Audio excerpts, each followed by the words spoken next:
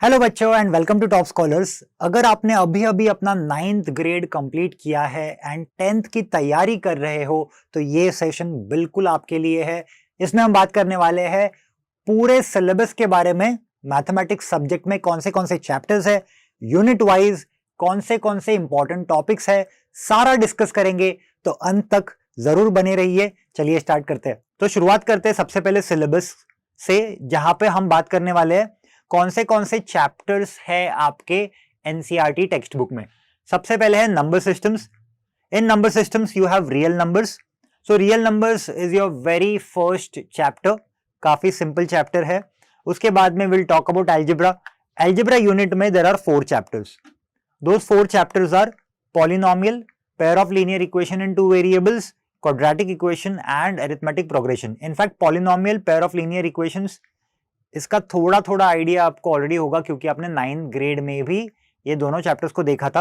हालांकि 9th grade में pair of linear equation in 1 variable था, यहाँ पे हम बात करने वाले हैं pair of linear equation in 2 variables. काफी सिंपल सा चैप्टर है। उसके बाद में we will talk about coordinate geometry. तो कोऑर्डिनेट ज्योमेट्री में we have a separate chapter on coordinate geometry. Formula oriented chapter है, काफी सिंपल है। देन इन ज्योमेट्री में हमारे पास है ट्रायंगल, सर्कल। ये दोनों भी चैप्टर अपने 9th ग्रेड में ऑलरेडी किए हैं। उनका थोड़ा सा एनहांस्ड वर्जन होगा, कुछ न्यू प्रॉपर्टीज आप सीखोगे इसमें भी। एंड देन मोर और लेस इट इज सिमिलर। जैसे कि आपने 9th स्टैंडर्ड के ट्रायंगल्स में कॉन्ग्रुएंसी ऑफ ट्रायंगल सीखा था, ये टाइम हम सिमिलैरिटी ऑफ ट्रायंगल सीखेंगे। उसके बाद में will talk about trigonometry. So this is something new, this entire unit is new for you. आज तक हमने ये यूनिट कभी पढ़ा ही नहीं है। So trigonometry is going to be very very interesting for you, जिसमें आता है introduction to trigonometry and application of trigonometry. Application का मतलब क्या है? जहां पे आप रियल लाइफ क्वेश्चंस को सॉल्व करोगे ट्रिग्नोमेट्री की मदद से। तो पहले हम ट्रिग्नोमेट्री सीखेंगे, उसके बाद में application of trigonometry. And then after that we have mensuration. Again this is something that you have already studied. Formula oriented, area related to circles. Circle तो आपने ऑलमोस्ट 6th ग्रेड से स्टार्ट किया है पढ़ना। सेम थिंग, इसमें हम sectors की बात करेंगे, सेगमेंट्स की बात करेंगे। And then we have surface areas and volumes. ये भी आपने 9th एंड 8th ग्रेड में स्टडी किया हुआ है। बट 10th ग्रेड का एक स्पेशलिटी ये है कि यहाँ पे आपको बहुत सारे कॉम्बिनेशंस ऑफ सॉलिड्स मिलेंगे। वो क्या होते हैं उसके बारे में हम बात करेंगे। उसके बाद में ये unit one of my favourite unit, क्योंकि काफी सिंपल है, statistics and probability. Probability 8th grade में थोड़ी सी आपने पढ़ाई की थी प्रोबेबिलिटी के बारे में। यहाँ पे थोड़ा सा उसका एडवांस्ड वर्जन होगा, यानी क्वेश्चंस थोड़े से कंपैरेटिवली ज्यादा भी होंगे। And then we have statistics as well, जहां पे हम मीन, मीडियन एंड मोड की बात करेंगे। So this is the syllabus for 2025-2026। ये तो चैप्टर्स हुए, लेकिन चैप्टर्स के अंदर क्या क्या कॉन्सेप्ट्स हमें कवर करने हैं वो भी देखना है। तो रियल नंबर में कौन से कॉन्सेप्ट है? सबसे पहला कॉन्सेप्ट है फंडामेंटल थ्योरम ऑफ अरिथमेटिक, जो कि काफी सिंपल होता है, राइट? जैसे कि if you have a number, that number can be expressed as product of 2 prime numbers। एक composite number को आप product of 2 prime numbers से express कर सकते हो। proofs of irrationality काफी important concept है। इसमें हम prove करेंगे √2, √3, all of these are irrational numbers। then LCM and HCF के बारे में भी बात करेंगे। जैसे कि एक concept है LCM multiplied by HCF is equal to product of 2 numbers। तो इसके ऊपर भी बहुत सारे क्वेश्चंस आते हैं।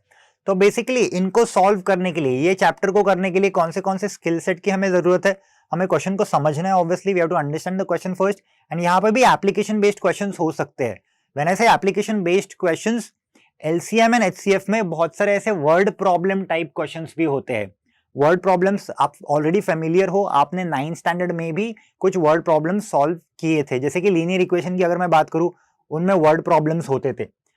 तो इसमें भी आपको वर्ड प्रॉब्लम्स मिलेंगे। मेन कॉन्सेप्ट, की कॉन्सेप्ट यहाँ पे है proof of irrationality, which is proving √2, √3 irrational. तो बस 2-3 कॉन्सेप्ट है, इसके ऊपर ही प्रॉब्लम्स होते हैं।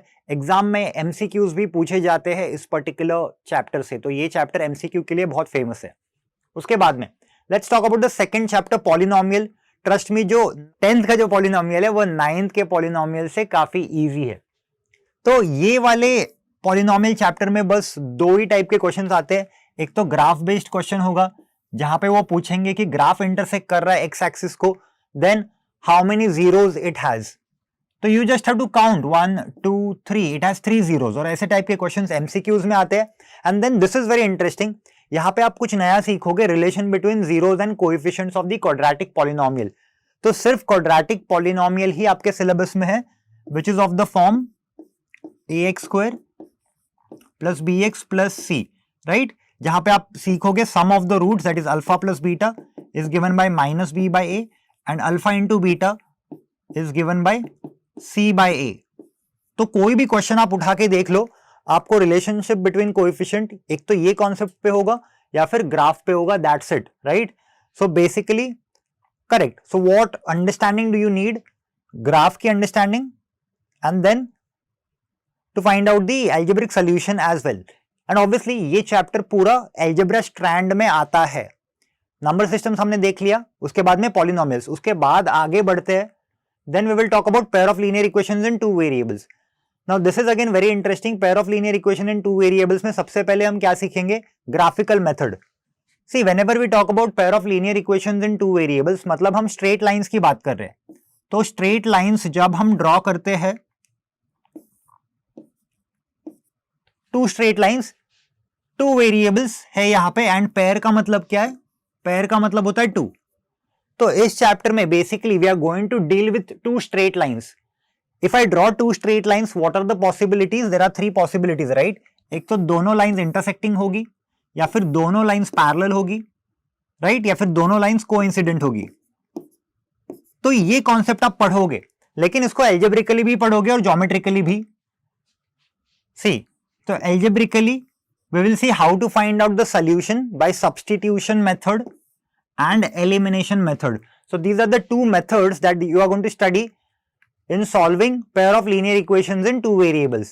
जैसे कि कुछ इक्वेशन दिए होंगे आपको, x plus y is equal to 10 and second is x minus y is equal to 4. काफी सिंपल है. तो यहां से आपको सॉल्व करना है सब्सटीट्यूशन मेथड से. उस केस में आप क्या करोगे? माइनस y को यहां पे शिफ्ट करोगे, वो प्लस वाई बन जाएगा, एंड 4 प्लस वाई आप यहां पे पुट करोगे. You get the value of y, then you get the value of x. That is how you solve questions based on substitution method. काफी सिंपल. और इसी को अगर हमें एलिमिनेशन मेथड से सॉल्व करना है, जैसे कि you have x plus y is equal to 10 and x minus y is equal to 4. तो एलिमिनेशन मेथड का मतलब क्या होता है? एलिमिनेट करना. तो यहां पे हम y को एलिमिनेट कर सकते हैं दोनों इक्वेशंस को ऐड करके. Then x plus x becomes 2x and then 10 plus 4 becomes 14 and then you get the value of x as 7. You put the value of x there, you get the value of y as 3. Obviously ये सिर्फ मैं आपको बता रहा हूं कौन से type के क्वेश्चंस इसमें है. इसमें थोड़ी सी कॉम्प्लेक्सिटी भी आएगी, कुछ क्वेश्चंस में रूट्स रहेंगे, फ्रैक्शन में रहेगा, बट मोर और less the procedure is going to remain the same. After that we are going to talk about the consistency and inconsistency. तो यहाँ पे तीन कॉन्सेप्ट्स है. कंसिस्टेंसी का मतलब क्या होता है कि अगर दो लाइंस इंटरसेक्टिंग है या फिर दो लाइंस कोइंसिडेंट है, then they are said to be consistent. Inconsistent मतलब पैरेलल. और ये एल्जेब्रिकली हम सॉल्व करेंगे, जैसे कि कंडीशंस होती है. If a1 by a2 is not equal to b1 by b2, then we say the two lines are intersecting. फिर आपके पास अगर a1 by a2, b1 by b2 and c1 by c2 तीनों equal है, then we say the lines are coincident. And if a1 by a2 is equal to b1 by b2 is not equal to c1 by c2, then we say the lines are parallel. तो देखो almost मैंने आपको पूरा chapter ही यहाँ पे बता दिया है. तो इतने ही टाइप के क्वेश्चंस इसमें होते हैं. Then for that we will see number of solutions. जैसे कि इंटरसेक्टिंग लाइंस है तो 1 सॉल्यूशन, पैरेलल लाइंस है तो नो सॉल्यूशन, एंड अगर कोइंसिडेंट लाइंस है तो infinitely many solutions. And then you have algebraic conditions for number of solutions. ये एल्जेब्रिक कंडीशंस है, करेक्ट. तो इसमें कौन से टाइप के क्वेश्चंस आप एक्सपेक्ट कर सकते हो? पहले तो हमें नॉलेज होनी चाहिए plotting of pair of linear equations, मतलब ग्राफ पेपर पे कैसे दो लाइंस को ड्रॉ करना है वो हम सीखेंगे, वो मालूम होना चाहिए. And then formula based. Why formula based? Because सारे क्वेश्चंस यहां के जो क्वेश्चंस है वो इस पे बेस करेंगे. That is the condition and substitution elimination method. अभी मैंने आपको बताया था वही एग्जैक्टली होगा. तो ये चैप्टर काफी इंपॉर्टेंट है, इसमें बहुत सारे कॉन्सेप्ट है अगर आप देखोगे. एंड देन इस पे भी क्वेश्चंस एग्जाम में आते हैं, जनरली बड़े क्वेश्चंस इसमें से आते हैं. Then if we talk about quadratic equations, ये काफी सिंपल चैप्टर है, one of my favourite chapters. इसमें कौन से कॉन्सेप्ट आते हैं वो देखेंगे।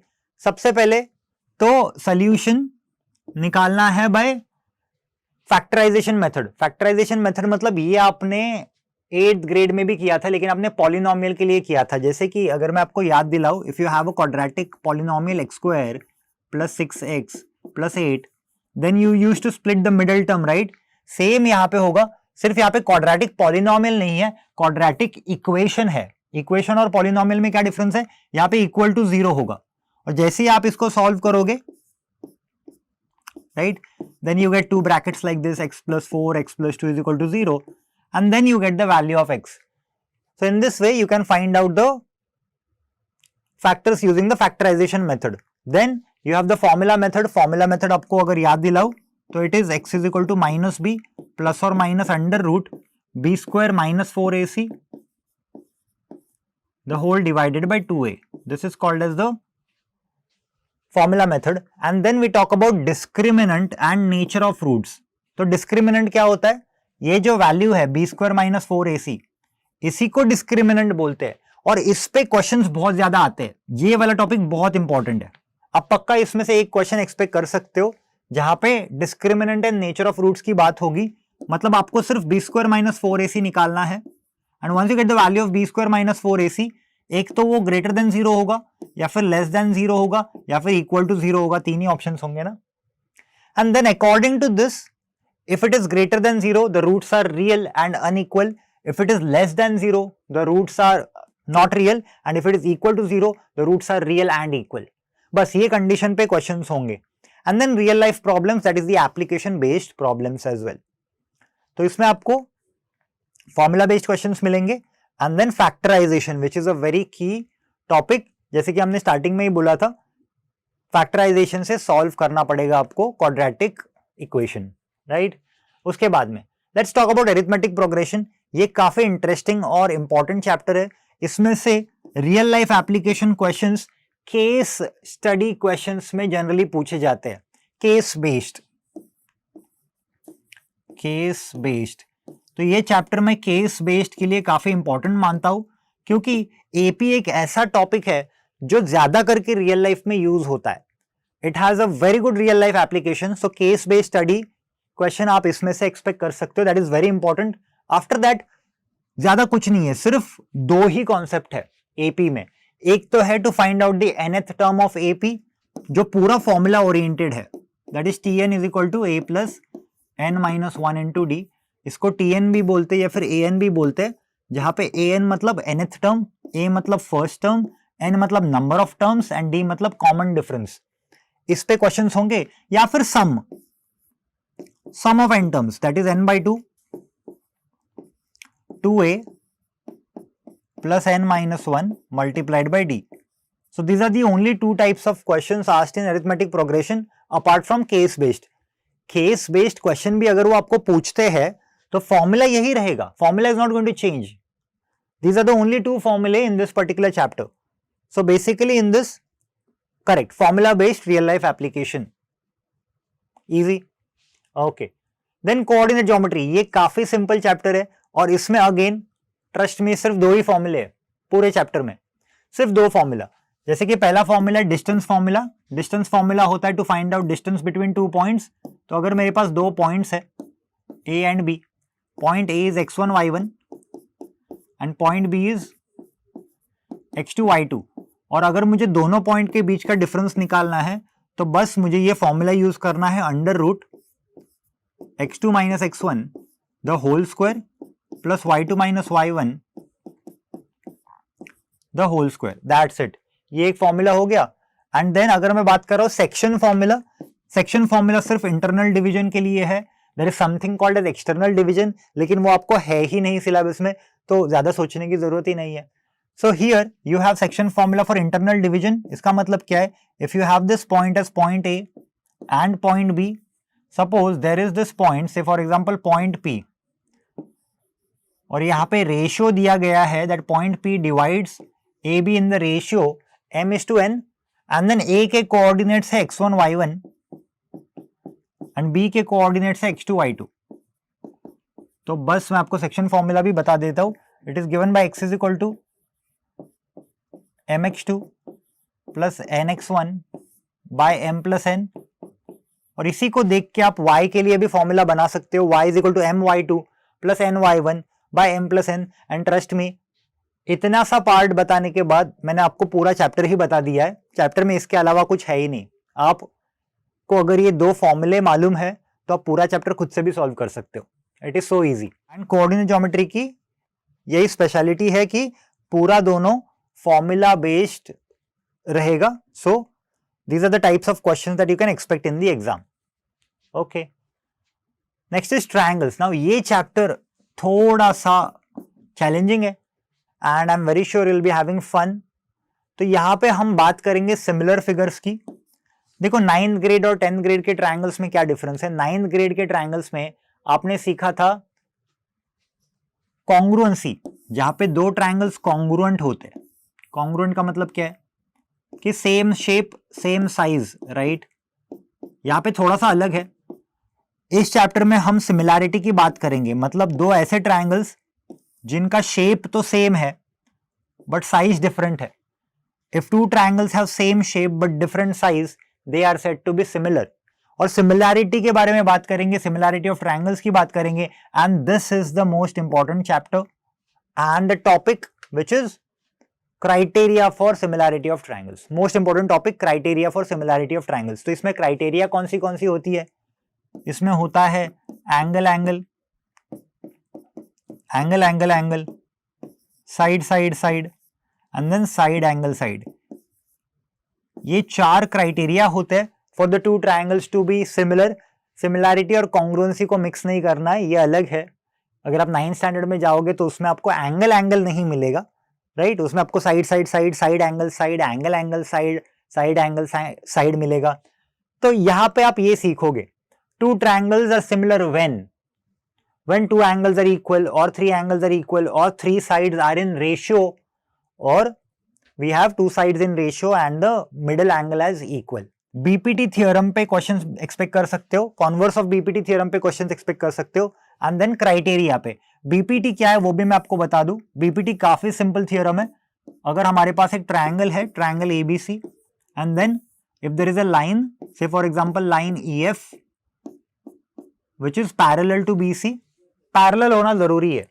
तो आप ये कॉन्सेप्ट बीपीटी का अप्लाई कर सकते हो, जहां पे this line will divide the other two sides in equal ratio, that is AE by BE is equal to AF by CF. Correct. तो ये कॉन्सेप्ट बीपीटी का है. इसमें बहुत सारे क्वेश्चंस आते हैं, जैसे कि वो आपको कुछ वैल्यूज देंगे 3, 6, 10 एंड क्वेश्चन मार्क. तो बस आपको रेशियो लेके उसको सॉल्व करना है. तो ऐसे टाइप के क्वेश्चंस आप एक्सपेक्ट कर सकते हो. Easy. Of course the second type is similarity of triangles, जहां पे दो ट्रायंगल्स को सिमिलर प्रूव करना है. तो कुछ कॉम्प्लिकेटेड फिगर्स ऐसे आपको दे सकते हैं एंड देन कुछ कंडीशंस दे सकते हैं एंड बोल सकते हैं कि इस ट्रायंगल को और इस ट्रायंगल को सिमिलर प्रूव करो. That completely depends on the question. आप एक बार एनसीईआरटी भी देख लेना, उसमें आपको पूरी क्लैरिटी आ जाएगी इस चैप्टर के ऊपर. थोड़ा इस पे आपको मेहनत करनी पड़ेगी. This chapter is considered to be slightly difficult as compared to all the chapters that we have seen so far. Okay. Circles की बात करते हैं. बहुत ही प्यारा चैप्टर है. 9th स्टैंडर्ड से काफी सिंपल है. 9th स्टैंडर्ड का सर्कल्स इनफैक्ट काफी कॉम्प्लिकेटेड था. उसमें बहुत सारे कॉन्सेप्ट थे. यहाँ पे बहुत सारे कॉन्सेप्ट नहीं है, सिर्फ दो कॉन्सेप्ट है और सारे क्वेश्चन सिर्फ वो दो कॉन्सेप्ट पे ही बेस्ड है. पहला वाला कॉन्सेप्ट है tangent is perpendicular to radius. मतलब क्या, अगर आपके पास एक सर्कल है और एक लाइन है और ये लाइन सर्कल को एक पॉइंट पे इंटरसेक्ट करती है या फिर टच करती है, and then you have the centre and this is the radius. तो सबसे पहला एक रिलेशन होता है कि tangent is perpendicular to radius. Perpendicular का मतलब क्या है, 90 डिग्रीज, राइट. ये हुआ कि यहाँ पे जो एंगल है वो 90 डिग्रीज बनता है. So tangent is perpendicular to radius. That is the angle formed between the radius and the tangent is 90 degrees. ये एक कॉन्सेप्ट है. अब इस पे क्वेश्चंस कैसे आते हैं, पाइथागोरस थ्योरम पे क्वेश्चंस आते हैं. जैसे कि आपको एक पॉइंट देंगे यहाँ पे, say for example point P, point A and OA is the radius. इसको ज्वाइन कर लो. रेडियस दिया रहेगा 5, AP दिया रहेगा distance which is 12. They will tell you to find out the distance between OP. तो क्या करोगे आप, पाइथागोरस थ्योरम अप्लाई करोगे. काफी सिंपल प्रॉब्लम्स है. In fact tangent perpendicular to radius में 90% ऑफ द क्वेश्चंस यही होते हैं और ये एमसीक्यू में पूछे जाते हैं। तो एमसीक्यू पॉइंट ऑफ व्यू से ये चैप्टर काफी इंपॉर्टेंट है। उसके बाद है इक्वल टैंजेंट लेंथ, मतलब क्या, अगर एक सर्कल है और सर्कल के बाहर एक पॉइंट है, कंडीशन क्या है, सर्कल के बाहर पॉइंट होना चाहिए, और वहां से अगर आप दो टैंजेंट ड्रॉ करते हो तो इनकी लेंथ इक्वल होती है।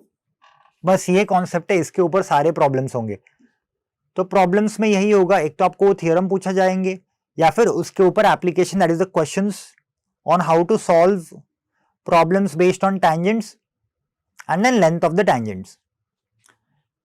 अभी ट्रिग्नोमेट्री की बात करते हैं, ये काफी इंपॉर्टेंट चैप्टर रहेगा आप सबके लिए। यहां पे हम कुछ नया सीखेंगे। We are going to talk about 6 trigonometric ratios. 6 ratios, कौन से trigonometric ratios, sine, cos, tan, cot, sec, cosec, right, sine, cos, tan, cot, sec, cosec. So ये सारी जो चीजें हैं वो आप ट्रिग्नोमेट्री में सीखोगे। तो ये बहुत ज्यादा कॉन्सेप्ट नहीं है, ये सारे कॉन्सेप्ट एक राइट एंगल ट्रायंगल से ही आते हैं। जैसे कि अगर आपके पास एक राइट एंगल ट्रायंगल है एंड यहाँ पे एक एंगल है जिसको हम बोलेंगे थीटा, ये थीटा भी टर्म आपके लिए नया है। थीटा मतलब सिर्फ एंगल है। सी सुनने में आपको बहुत थोड़ा सा फैंसी लग सकता है इस चैप्टर में, but trust me, sine, cos, tan, cot sec, cosec भी क्या है, रेशियोज है। रेशियोज तो आप बचपन से ही पढ़ते आ रहे हो, यहाँ पे भी रेशियो है, कुछ नया नहीं है। दैट मीन्स व्हाट, साइन क्या होता है, ऑपोजिट बाय हाइपोटेन्यूस। ऑपोजिट मतलब थीटा के सामने वाली जो साइड है, या फिर you can also call this as perpendicular, you can call this as base and you can call this as hypotenuse. तो इसमें आप क्या सीखोगे, इसमें आप सीखोगे ट्रिग्नोमेट्रिक रेशियोज। जैसे कि एक एग्जांपल देता हूं, साइन रेशियो क्या होता है, परपेंडिकुलर बाय हाइपोटेन्यूस। तो बस ये रेशियो है और कुछ नहीं है। देन कॉस क्या होता है, कॉस थीटा, थीटा के पॉइंट ऑफ व्यू से बेस और हाइपोटेन्यूस का ratio, so B by H. Then tan होता है P by B, and then cot, sec, cosec, ये सारे रेसिप्रोकल्स है। कॉट रेसिप्रोकल है टैन का, तो वो हो जाएगा base by perpendicular. Then seg है, सेक is hypotenuse by base and then cosec is hypotenuse by perpendicular which is the reciprocal of sine। तो ऐसे करके आप 6 trigonometric ratios कर सकते हो। इनफैक्ट आप एनसीईआरटी में स्टार्टिंग में भी देखोगे फर्स्ट पेज पे, वो पढ़ के आपको पता चल जाएगा कि ट्रिग्नोमेट्रिक रेशियोज पे क्वेश्चंस कैसे सॉल्व करते हैं, and then the first exercise will become very simple for you. उसके बाद में ये काफी इंपॉर्टेंट है, अगर आप एनसीईआरटी देखोगे तो उसमें बहुत सारे आपको वैल्यूज मिलेंगे, एक टेबल ऑफ वैल्यूज होगी जो हर एक ट्रिग्नोमेट्रिक रेशियो के लिए होगा, जैसे 0, 30, 45, 60, 90। तो ये टेबल काफी इंपॉर्टेंट रहेगा और इसके ऊपर क्वेश्चंस डेफिनेटली एग्जाम में पूछे जाते हैं। एमसीक्यू में भी आता है जो छोटा क्वेश्चन होता है, इस पे लॉन्ग क्वेश्चंस भी होते हैं जहां पे आप पूरा सॉल्व करोगे and then get the answer, but then you will be able to solve these questions only if you know all the values from the table. और वो टेबल कैसे ड्रॉ करना है उसकी ट्रिक भी होती है, आगे चल के हम वो भी देखेंगे। Then trigonometric identities, this is very important, most important I would consider, जिसमें 3 आइडेंटिटीज होती है, that is sine square theta plus cos square theta is 1। अगर आप फर्स्ट टाइम देख रहे हो ये वीडियो तो शायद आपको थोड़ा सा कंफ्यूजिंग लगे क्योंकि आपने ये सुना नहीं होगा पहले, but once you understand these 2 concepts and then move on to this, you will understand what we are talking about. Sine square theta plus cos square theta is 1, 1 plus tan square theta is sec square theta and 1 plus cot square theta is cosec square theta. ऐसे 3 identities है और उस identities के ऊपर based last exercise में आपको questions मिलेंगे। वो सारे क्वेश्चंस आपको करने हैं क्योंकि वो बहुत ही इंपॉर्टेंट है। Okay, so basically standard angle ratios पे क्वेश्चंस हमें आने चाहिए, ये हमको expected है and that is what will be asked in the exam, and then using trigonometric identities। तो ये 2 टाइप के क्वेश्चंस काफी इंपॉर्टेंट है एग्जाम पॉइंट ऑफ व्यू से। क्लियर? देन एप्लीकेशन, ना एप्लीकेशन ऑफ ट्रिग्नोमेट्री आप तभी कर पाओगे जब आपकी ट्रिग्नोमेट्री क्लियर हो। Once you are thorough with trigonometry, you know the entire concept of trigonometry, then only you have to move to application of trigonometry। Application का मतलब क्या होता है, ट्रिग्नोमेट्री को रियल लाइफ में यूज करना, जहां पे हम बात करेंगे एंगल ऑफ एलिवेशन की एंड एंगल ऑफ डिप्रेशन की। देखो 2 ही चीजें होते हैं ना, मतलब 2 ही पॉसिबिलिटीज है। Suppose there is a person standing over here, he standing on the ground, right. और अगर कोई ऑब्जेक्ट है, फॉर एग्जाम्पल यहां पे एक बर्ड है, he wants to look at the bird, तो उसको नीचे देखना पड़ेगा कि ऊपर देखना पड़ेगा? ऑब्वियसली ऊपर देखना पड़ेगा। So he has to look up. पहले तो उसके आई लेवल से हम एक हॉरिजॉन्टल लाइन ड्रॉ करेंगे, फिर एक लाइन ड्रॉ करेंगे बर्ड की तरफ, then the angle that is formed between the horizontal line and this line is called as the line of sight, that is called as angle of elevation. elevation मतलब elevator समझते हो ना, ऊपर जाना, lifting. But यही कोई बंदा है और उसको एक छोटा सा एक एंट, यहाँ पे रोड पे एंट दिख रही है, छोटी सी चींटी, अगर वो देखना चाहता है उस चींटी को, तो वो नीचे देखेगा, तो बनेगा एंगल ऑफ डिप्रेशन, नीचे डिप्रेस। तो बस ये दो कॉन्सेप्ट है इस चैप्टर में। आपको आइडेंटिफाई करना है क्वेश्चन एंगल ऑफ एलिवेशन पे बेस्ड है कि एंगल ऑफ डिप्रेशन पे बेस्ड है। तो काफी सारे क्वेश्चंस होंगे ऐसे टाइप के। There is a boy standing at the bank of the river, he is looking at the top of the tree, या फिर a person is standing on the mountain, he is looking at the boat. तो वो थोड़ा सा logical है, वो ऊपर देख रहा है कि नीचे देख रहा है, उस हिसाब से हम फिगर्स को ड्रॉ करेंगे। बेसिकली इन सारे फिगर्स में अगर आप देखोगे तो आपको ट्रायंगल ही बनते हुए दिखेगा। और कौन से टाइप का triangle? Right angle triangle. And once we get a right angle triangle, हम क्या अप्लाई कर सकते हैं? ट्रिग्नोमेट्री अप्लाई कर सकते हैं, राइट।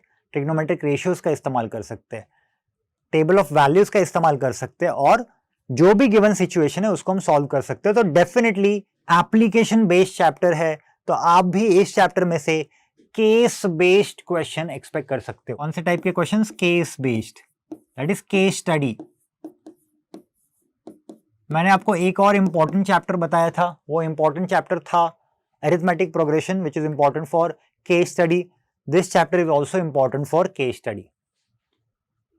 उसके बाद में एरियाज रिलेटेड टू सर्कल्स, ये काफी सिंपल चैप्टर है। इनफैक्ट अगर मैं आपको ये बताऊं तो ये पूरा चैप्टर मैं आपको 2 मिनट में सम अप करके दे सकता हूं। एक सर्कल है, area of circle formula pi r square, आप सब जानते हो। Circumference of circle formula 2 pi r. Formula oriented, ये दोनों तो फॉर्मूले रहेंगे क्योंकि सर्कल की बात हो रही है। अब इसमें कॉन्सेप्ट क्या है? जैसे सेक्टर का फॉर्मूला कैसे निकाला जाता है? सेक्टर मतलब you can consider sector as a slice of pizza, इसको हम सेक्टर बोलते हैं।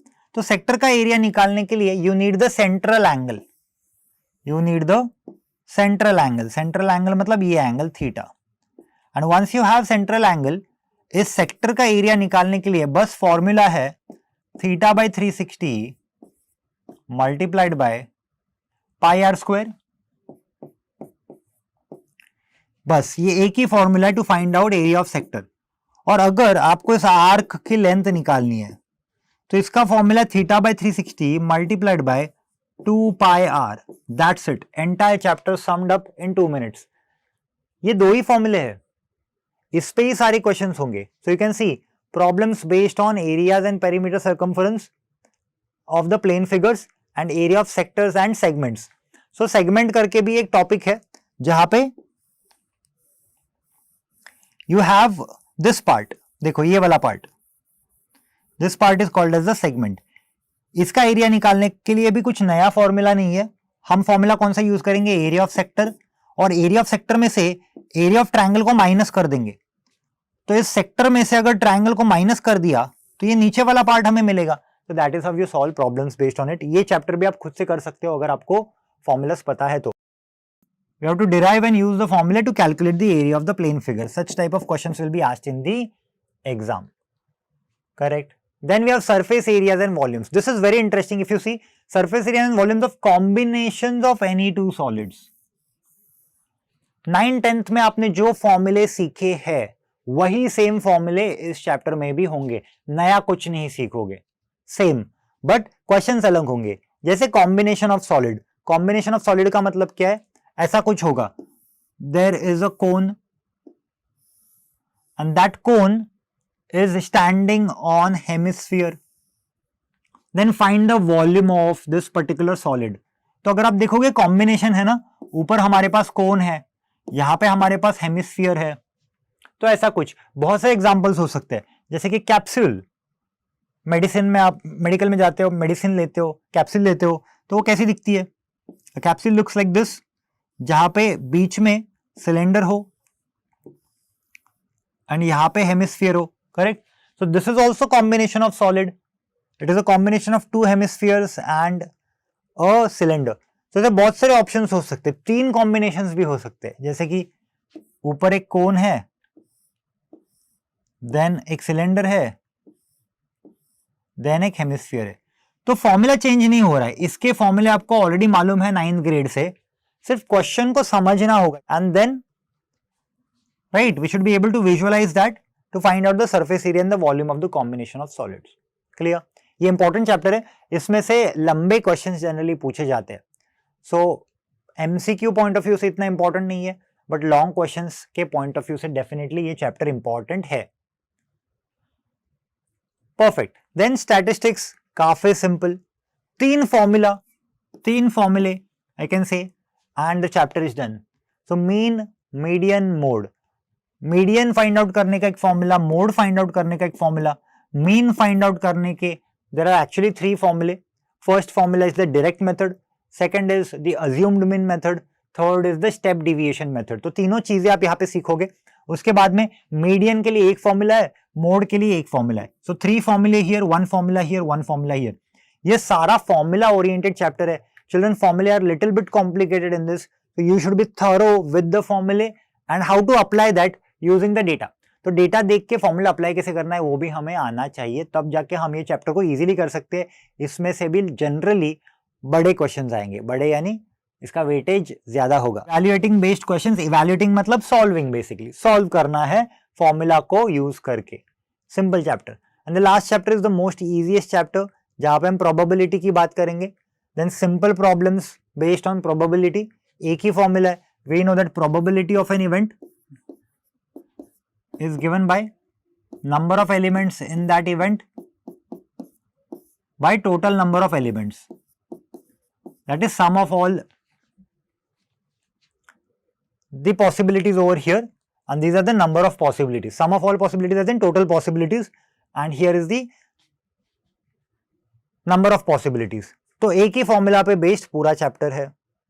अगेन इवैल्यूएटिंग, फॉर्मूला यूज करो and evaluate it to get the final answer. ये 2 चैप्टर्स जो है वो काफी सिंपल है, last 2 chapter statistics and probability. अगर आप स्टडी करना चाहते हो तो ये चैप्टर से भी स्टार्ट कर सकते हो, काफी सिंपल चैप्टर है।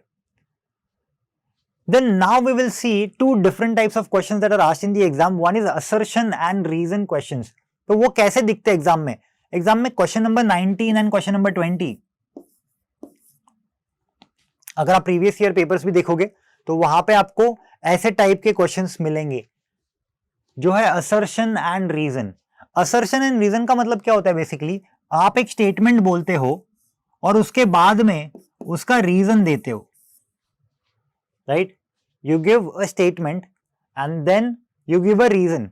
फॉर एग्जाम्पल, अगर आपका कोई फेवरेट फुटबॉलर है या फिर क्रिकेटर ले लो, चलो इंडिया में we generally watch cricket, so we say for example Sachin Tendulkar is a very good cricketer. Okay, आपने बता तो दिया स्टेटमेंट, फिर रीजन भी तो दोगे ना। उन्होंने सबसे ज्यादा सेंचुरीज मारी है, उनके सबसे ज्यादा ओडीआई रन्स है, that is the reason. So you will give the assertion, then you will give the reason. तो यहां पे आपको 4 ऑप्शंस मिलेंगे, और ऑप्शंस अगर आप ध्यान से देखोगे तो कैसे देखो कि असर्शन और रीजन दोनों ट्रू है। सेकंड, असर्शन एंड रीजन दोनों ट्रू है, बट रीजन करेक्ट एक्सप्लेनेशन नहीं है असर्शन का। थर्ड है असर्शन करेक्ट है बट रीजन फॉल्स है, एंड फोर्थ है असर्शन और रीजन दोनों भी फॉल्स है। तो जैसे आप पहला स्टेटमेंट बोलोगे that is your assertion, you will give a logic which is your reason, and then आपको चेक करना है क्या दोनों सही है। ओके, दोनों अगर सही भी है तो जो मैंने रीजन बोला क्या वो सही रीजन है। For example, if I say Sachin Tendulkar is the best cricketer in the world, और मैं रीजन देता हूं कुछ random that Sourav Ganguly is the captain of India, तो क्या ये रीजन पहले वाले असर्शन से कोई लॉजिक बनाता है? नहीं बनाता। पहला वाला स्टेटमेंट मेरा क्या था? Sachin Tendulkar is the best cricketer in India, and then I am giving the reason that Sourav Ganguly was the captain, जो कि सच है, झूठ नहीं है वो, he was the captain. But ये जो रीजन है वो पहले वाले स्टेटमेंट से अलाइंड ही नहीं है। तो ये देखना है हमें क्या रीजन दिया हुआ है वो अगर ट्रू भी है तो वो पहले वाले स्टेटमेंट से अलाइंड है कि नहीं है, या फिर दोनों भी फॉल्स हो सकते हैं, या फिर पहला स्टेटमेंट ट्रू हो सकता है सेकंड स्टेटमेंट फॉल्स हो सकता है, या फिर पहला स्टेटमेंट फॉल्स हो सकता है सेकंड स्टेटमेंट ट्रू हो सकता है। तो ये सारी पॉसिबिलिटीज है। तो यहां पे अगर आप देखोगे तो ये क्वेश्चन है and this is given, so you will solve this, you will check this is true, this is true, और हम चेक करेंगे क्या यही फॉर्मूला हमने अप्लाई किया इसको सॉल्व करने के लिए, यही किया है, यही फॉर्मूला अप्लाई करके ये मिला है। तो हम बोलेंगे both assertion and reason are correct and the reason is the correct explanation, right? So that is how we do it. I hope this is clear to all of you. Second type of question जो होगा वो आपका case based question होगा। Children please make a note, case based questions आपके exam में आते हैं, and में आते हैं, तो एंड का समय होता है, आपने पूरा क्वेश्चन पेपर सॉल्व किया हुआ रहता है जनरली, एंड देन लास्ट के 3 क्वेश्चंस आपके केस बेस्ड होते हैं। केस बेस्ड क्वेश्चंस को सॉल्व कैसे करना है, सबसे पहले तो क्वेश्चन को ध्यान से रीड करना है, because unless and until you don't understand the question, you have to understand first, understand, read, उसके बाद you to identify the chapter, कौन से चैप्टर से ये क्वेश्चन एक्चुअली पिक किया गया है, क्योंकि यहां पे कुछ लिखा नहीं अगर आप देखोगे तो, सो चैप्टर नेम तो मेंशन नहीं होगा। So you have to identify कि ये क्या हो सकता है, ये देख के आपको पता चलना चाहिए। जैसे कि ये पैराबोलिक कर्व्स है, ये पैराबोलिक कर्व्स है, और अगर मैं पढ़ूंगा तो ये मुझे एक हिंट दे रहा है, right? quadratic polynomial, so definitely this is talking about polynomials and quadratic polynomials and graphs of quadratic polynomials, right? तो ये आपको पूरा पढ़ना पड़ेगा and then you need to identify the chapter, फिर उसके सारे कॉन्सेप्ट्स ऑफ रिकॉल करो,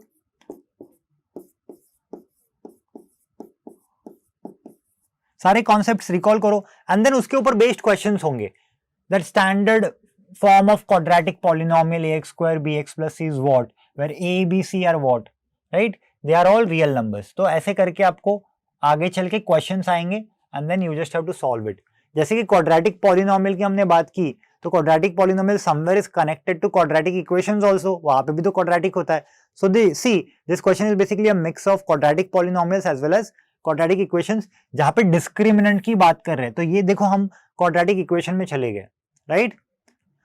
So if the roots are equal, अभी थोड़ी देर पहले हमने डिस्कस किया था, if the roots are equal, d is 0। तो इस तरीके से आपको पढ़ना है क्वेश्चन, वो एक रियल लाइफ बेस्ड क्वेश्चन होगा, कौन से भी चैप्टर में से हो सकता है, एपी में से हो सकता है, अभी देखा हमने क्वाड्रेटिक में से भी हो सकता है, it can be of any chapter.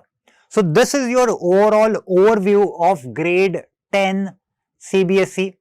All the best children, पढ़ाई करना अभी से चालू करो, एक एक चैप्टर को पिक करो, try to close those chapters one by one, try to solve ample of problems, can keep learning with top scholars. Thank you.